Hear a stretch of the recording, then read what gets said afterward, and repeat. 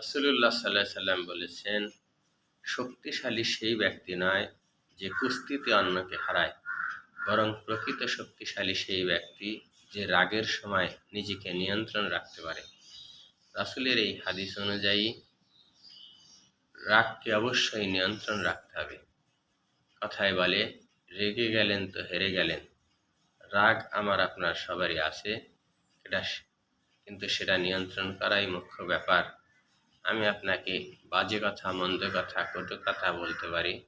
প্রতি উত্তরে আপনি মন্দ কথা, বাজে কথা না বলে চুপ থাকলেন, নীরব থাকলেন, সেটাই হবে প্রকৃত শক্তিশালীর পরিচয়। তাছাড়া রাগ মানুষের ক্ষতি করে।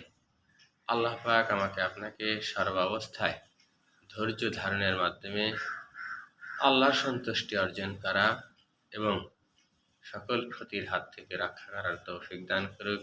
আমিন।